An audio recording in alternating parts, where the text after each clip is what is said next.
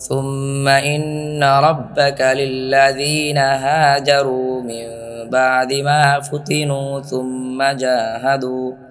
ثم جاهدوا وصبروا إن ربك من بعدها لغفور رحيم 110টার পর তোমার রব তাদের জন্য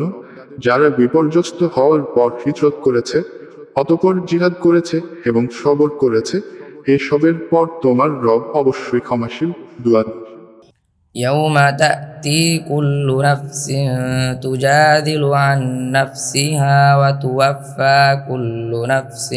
ما عملت وهم لا يظلمون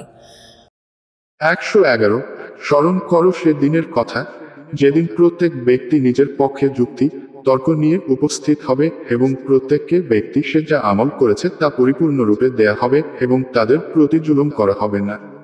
وضرب الله مثلا قرية كانت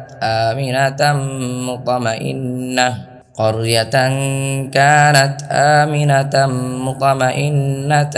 يأتيها رزقها رغدا من كل مكان فكفرت